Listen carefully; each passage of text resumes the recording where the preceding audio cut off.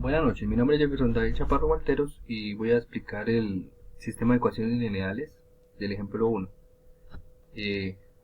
Aquí muestro mi cédula. Entonces nos dice que el sistema de ecuaciones lineales es un conjunto de dos o más ecuaciones de primer grado en el cual se relacionan dos o más incógnitas. Entonces aquí lo que pasa es que se debe buscar los valores de las incógnitas con las cuales al reemplazar debe dar la solución planteada en ambas ecuaciones. A cada una de las ecuaciones se denomina también restricciones o condiciones. Todo sistema de ecuaciones lineales con dos incógnitas tiene las siguientes representaciones, como nos muestra aquí esta imagen, donde x, e y y son las incógnitas y a, b, c, d, e y f son las coeficientes reales y pertenecen a los reales. Las incógnitas establecidas en un sistema representan el punto donde se intersectan las rectas en el plano cartesiano.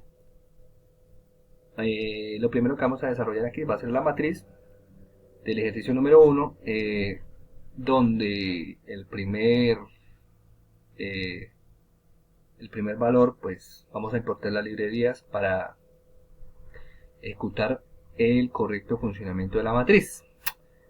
En N10, pues aquí vamos a establecer el número de la matriz o el tamaño de la matriz, y aquí este código vamos a generar el número aleatorio de la matriz con estas dos variables.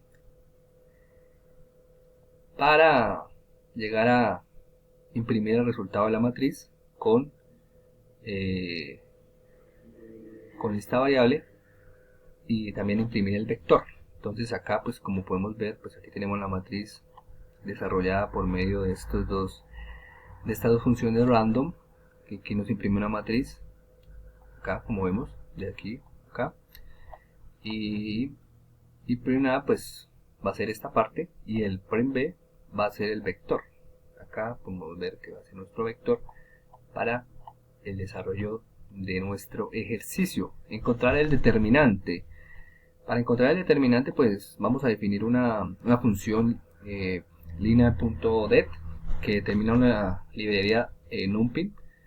Y si el determinante de la matriz es 0, no tendrá solución. Entonces, como vemos aquí, el resultado va a ser un número real. Vamos a comprobar ahora la diagonal dominante de la matriz. Mediante el siguiente paso se establece la diagonal de la matriz. En este caso converge. Para eso pues vamos a decir que el número n es igual a la longitud de la matriz B.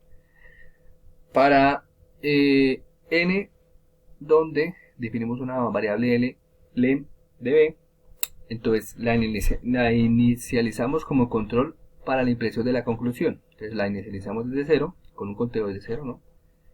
Acá vamos a representar por el medio de la estructura for la variable en la posición de la matriz de izquierda a derecha. Acá como con la estructura for, empezando de la suma 0, ¿no?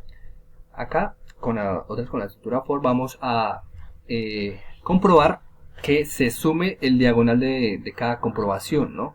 Acá nos da que la suma es igual a ABS de la matriz, ¿no? Y la condicional revisa que cada fila de cumpla un break en el término del proceso. Acá la suma pues va a decir que si es una diagonal dominante, y si no pues va a decir que no es una diagonal dominante. Con break va a romper aquí si no es una diagonal dominante, y si es, pues va a contar desde n veces. Entonces va a imprimir un mensaje que dice que la matriz es diagonal dominante y el método iterativo convergirá, ¿no? Y si no, pues la matriz no es diagonal y no convergerá. Acá como podemos ver, dice que la fila 0 es dominante, que la fila 1 es dominante. Entonces, pues como podemos ver, después de este desarrollo, pues nos va a decir que la matriz es dominante y el interactivo convergerá. El método Jacobi, pues es una comprobación que nos dice que para resolver sistemas de ecuaciones de este tipo, el algoritmo toma su nombre matemático del alemán Karl y utiliza fórmula, ¿no? El método iterativo pues se basa en que que el sistema lineal es igual a de x de b, comienza una aproximación desde la inicial x0 a la solución de x y genera una sucesión de vectores, ¿no? Como ya hemos observado, y si esos vectores convergerán a x. Los métodos iterativos traen consigo un proceso que convierte el sistema de a en x y b en otro equivalente a la forma, pues esta es la forma que nos dan. Entonces donde dice que x es igual a t de x más c para alguna matriz fija y un vector c, ¿no?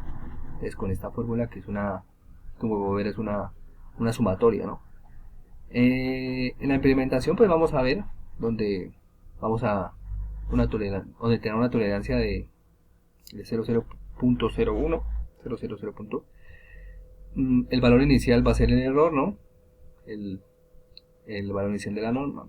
Este es el número máximo de interacciones que tendrá nuestro ejercicio. Determina el tamaño de a, nuestra variable a. Determina el vector inicial de ceros y vector auxiliar de ceros. Y por último, pues el contador de interacciones. Acá en nuestro límite de interacciones, y el error sobrepasa la tolerancia elegida, ¿no? Entonces acá definimos con esta estructura while si nuestro for trabaja en las filas, ¿no? El for trabaja en las filas y el else trabajará en las columnas para determinar si nuestra variable, nuestro error pasa la tolerancia elegida, ¿no? Entonces el else pues lo que va a hacer es que cumpla la condición de la sumatoria. Definimos estas funciones que van a evaluar esto y imprimimos el error y las interacciones realizadas por medio de prime, que nos dice que el prime es en la interacción, el error de la interacción es tal. Almacenamos las interacciones y los errores acá en una variable definida acá, y el error en otra. Entonces acá ya tenemos las 6 interacciones, más 5 interacciones definidas en el ejercicio. Ya tenemos 5 interacciones, que en general son 6 por el 0, ¿no? Y por último graficamos. Dice que la gráfica nos demuestra que la convergencia de la función dada al aumentar las interacciones nos representa un error más aceptable. Acá pues por medio de importamos la librería para desarrollar en nuestro plano cartesiano con x de niter, que si vemos acá el niter es lo que nos evalúa niter nos evalúa las filas, creo, y el error, ¿no? Entonces cargamos el gráfico, los puntos, y los llamamos errores acá. Entonces definimos que el label es igual al error, lo graficamos por medio de la función plot y cargamos la leyenda de las gráficas acá por medio de estas, donde el eje X son las interacciones y el eje Y es el error. Por último, pues vamos a graficar el error, y acá pues vamos a mostrar el gráfico por medio de la función pellet.show. Entonces acá vemos el gráfico donde vemos que el eje Y son los errores y el eje X son las interacciones.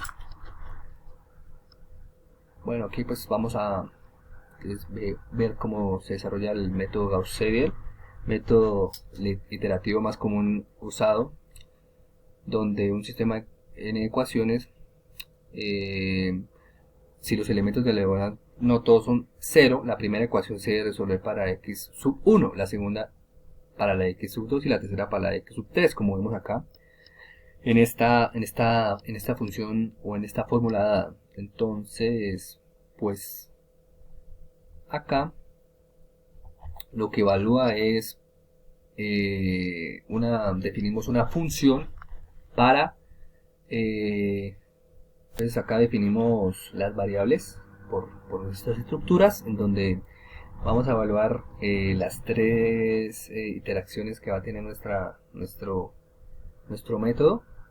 Acá pues imprimimos las interacciones. En nuestro caso pues son 10 interacciones para evaluar la condición, ¿no? Entonces lo que pasa con el método Gauss-Seidel es que nos dice que pues con la condición que nos dan en el ejercicio del 10 a la menos 6 se representa que son 10 iteraciones para lograr determinar el valor del error del método de Gauss-Seidel, ¿no? Entonces, para este método sí necesitaríamos 10 para evaluar este error. Entonces, el método que vamos a hablar ahora es el método S.R, que es este método permite mejorar la convergencia usando la relajación. La relajación representa una ligera modificación del método Gauss-Seidel y esta permite mejorar la convergencia en algunos casos. Después de que se calcula un valor de X, este valor se modifica mediante un promedio ponderado de los resultados de las iteraciones anterior y actual, ¿no? Como nos muestra acá, pues tenemos las 100 interacciones, el total que ya hemos evaluado en las fórmulas anteriores, y nos da un resultado de 1.504545. Este resultado nos venía dando